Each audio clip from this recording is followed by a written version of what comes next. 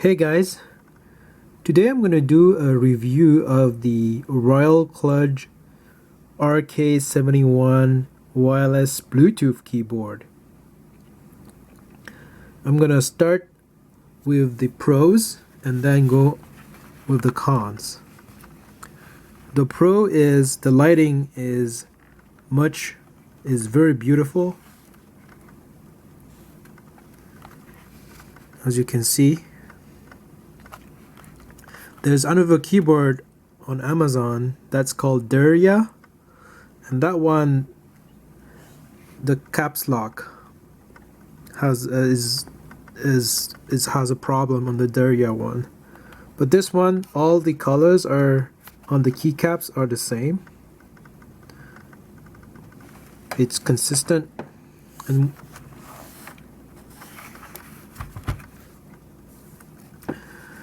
another pro with this keyboard is the arrow keys. I use the arrow keys a lot when I'm coding. And yeah, so the extra keys here are the insert, delete, and all this stuff. I programmed them to increase the volume and decrease the volume. Because on this keyboard, if you're using a Mac, I haven't used this keyboard on the PC yet, but if you use it on a Mac, you have the media controls. The thing is, you have to press function and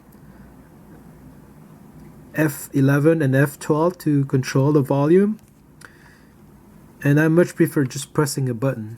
So I program this home button to be volume up and this button to be volume down. And it's much easier to press up and down.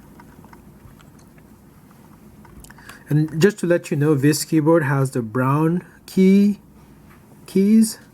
So yeah. I use a program called Carabiner on a Mac to program the keys.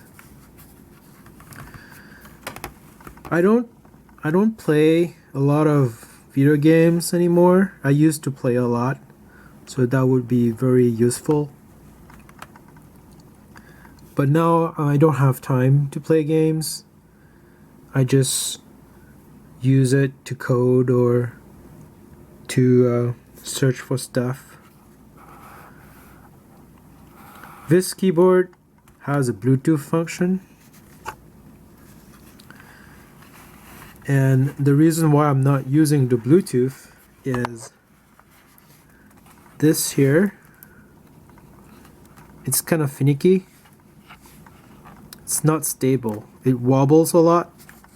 And I'm afraid that it's gonna break in the future. When I'm using Bluetooth, you put it on and put it off, it might break, and it makes a sound. Do you hear that sound?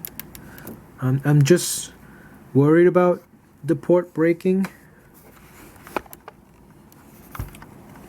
So I wanted to use Bluetooth, but because of that weak port, I'm not going to use it.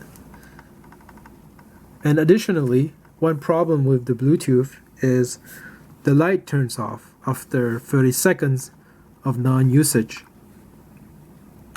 And that bothers me a lot because I bought the keyboard because I wanted to see the lighting. But if that doesn't bother you, it's not a big deal.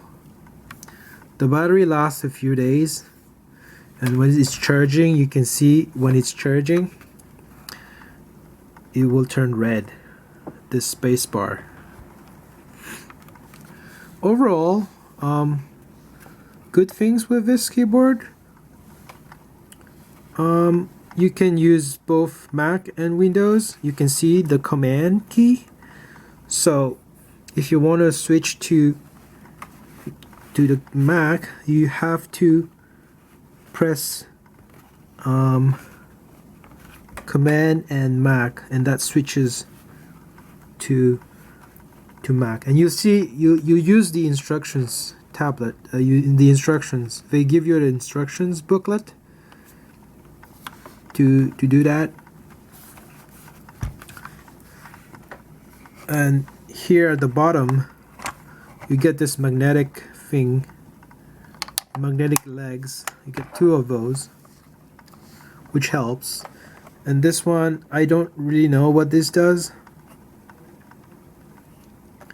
I've looked inside the booklet, instructions booklet, and nowhere does it mention this thing. This is supposed, I don't know what this does though. So there are no function keys. So in order to use the function keys, you have to press the function here and then press the corresponding function key. Yeah, the reason why I prefer this one over the 60% keyboard is the arrow keys and the extra keys here that I use to increase the volume, decrease the volume, or do other stuff. I think I programmed this to be the eject button on the Mac. And if you, yeah, so another cool thing is if you turn the caps lock on, it turns white. So that's the cool thing. Let's go over the cons. So the spacebar sound is unusual. So this is the N, M.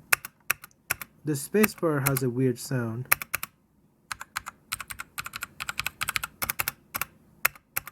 Do you hear that? The other keys sound the same. And I found only the spacebar is a bit weird. The second disadvantage is, as I said, the Bluetooth. The Bluetooth turns the LED lights after 30 seconds, and that annoys me. I wish it didn't turn off.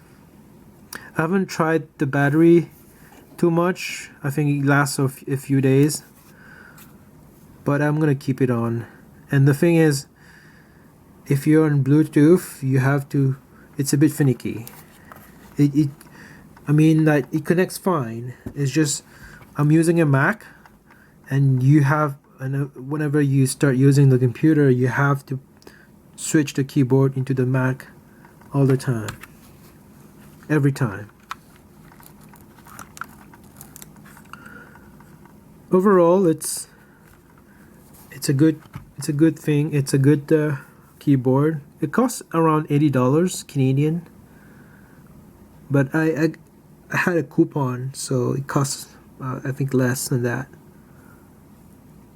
So depends. So is that better than the 60% keyboard? Depends on what you do. If you're using the keyboard just to game, then I would say go for the 60%. But if you use the keyboard for other stuff, I think this is a really good keyboard because of the arrow keys. Anyways, I think I've touched over everything. Oh, and by the way, don't forget to like, subscribe, and leave a comment below. Thank you for watching. Bye.